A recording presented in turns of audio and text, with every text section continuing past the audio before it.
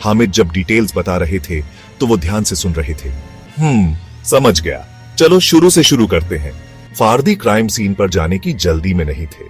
पहले उन्होंने फाइल्स को अच्छी तरह देखा, फोटोग्राफ्स, गवाहों के बयान। उन्होंने ज्यादा सवाल नहीं पूछे। फर्दी आखिर बंगलो नंबर 47 के स्टडी में दाखिल हुए। क्राइम के कई दिनों बाद कमरे को वैसा का वैसा ही रखा गया था। वो धीरे धीरे चल रहे थे, एकदम कायदे से। उनकी नजरें हर इंच को स्कैन कर रही थीं। फैंसी छत से लेकर पॉलिश्ड फ्लोर तक। वो सिर्फ देख नहीं रहे थे, वो महसूस कर रहे थे, उस जगह को फील कर रहे थे। आलोक शर्मा की जिंदगी के आखिरी पलों को समझने की कोशिश कर रहे थे। उन्होंने उस कमरे में घंटों बिताए, अकेले, खामोशी में। इंटरेस्टिंग। उन्होंने शेल्फ पर रखी किताबों की पोजीशन को नोट किया।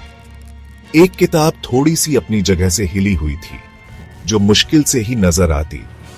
उन्होंने भारी पर्दों को एग्जामिन किया, जिस तरह से वो लगे हुए थे। वो खिड़की के पास झुके और कुंडी को ध्यान से देखा। बोल्ट के पास एक छोटा सा, लगभग ना दिखने वाला स्क्रैच था, इतना हल्का कि फोरेंसिक्स वालों ने या तो उसे मिस कर दिया था या पुराना समझ लिया था। फारदी ने एक फोटोग्राफ लिया। उन्होंने किसी चीज को छुआ नहीं, फिर भी वो हर चीज से कनेक्ट कर रहे थे। यही वो इशारे थे जिनकी उन्हें तलाश थी। ये डिटेल्स, ये हमेशा एक कहानी कहती है। उनके इंटरव्यूज हामिद के इंटरव्यूज से अलग थे। वो पूछताछ नहीं करते थे, वो बातचीत करते थे। उन्होंने मिसेस शर्मा से उनके पति की आदतों के बारे में बात की, उनके डर, उनके ड्रीम्स। उन्होंने बेटे से उसके पिता के साथ उसके रिलेशनशिप के बारे में बात की। यहां तक कि उन्होंने माली से भी उन फूलों के बारे में बात की जो मिस्टर शर्मा को पसंद थे। वो एक पिक्चर बना रहे थे, क्राइम की नहीं, बल्कि विक्टिम की और उसके आसपास के लोगों की। उनके शांत चेहरों के पीछे की उलझन ढूंढ रहे थे।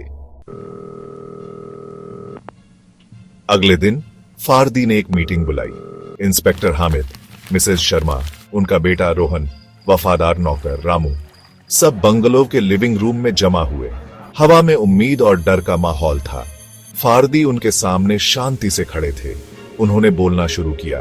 उनकी आवाज धीमी थी, लेकिन हर शब्द में वजन था। ये केस पेचीदा है। लॉक्ड रूम, राइवल बिजनेसमैन, ये सब फिट नहीं बैठता।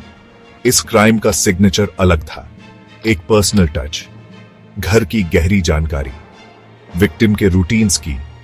खिड़की की कुंडी पर वो स्क्रैच ही की था। वो बाहर से किसी